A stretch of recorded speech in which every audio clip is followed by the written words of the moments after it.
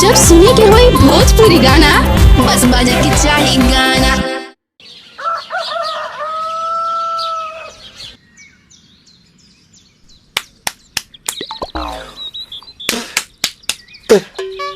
ताए भैया ताहे लरुआल बारा का कहीं रे मने नहीं खेलागत। मन में ता हो दिल बा ओकरा से मिलला बड़ी दिन हो गइल बा। ते तला थे हो ओकरे से ओ तला थे ते तला थे थाप थाप बतावन ना मल दे आ था बुद्ध दैनी ये दो बात तो ही का हमारे भी दो दाल बा मिलवा दे मिलाऊ ना आवा थू ना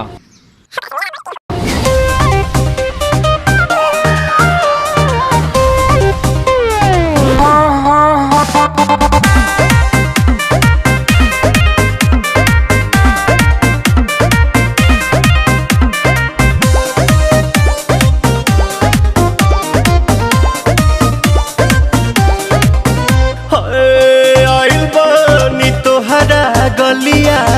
केने बाड़ू हमार ललिया और देखो ना यारावा के पैसन भइल बा हलिया बढ़ता बेचैनिया दादा मुश्किल भइल बा जीना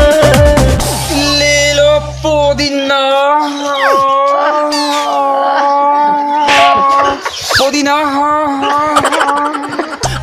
पुदीना लेला पुदीना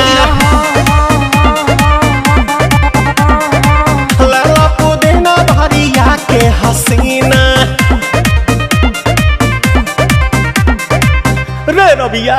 नायिका रे लूटा ना भैया तलाई माला तनी मार मार नितला ना नितला जल्दी नितला बहाला हो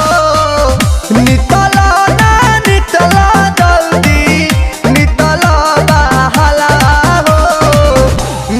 थाती आइल तोहर दाँव के लाभाला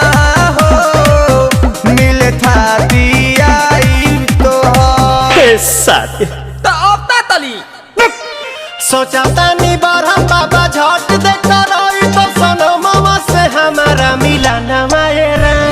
ना तो हम दे देम यही जे परनमा हो बेची बेची गावतानी गाना मायरा। 1 मिनट भाभी आती हूँ।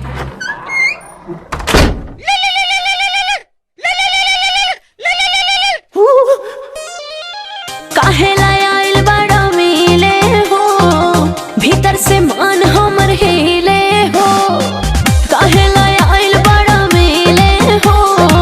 भीतर से मान हमर हिले हो बाका रही बाका दुख बड़ी होई मोरी मैया जाए निरोदैया आज है भैया जय निरोदैया आज है भैया जय निरोदैया हम ना जाए। अच्छा लो आज के लिए काफी है। पुदीना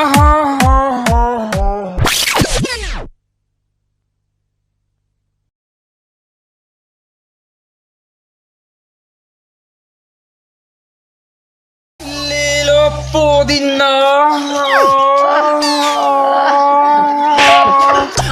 पुदीना लेला पुदीना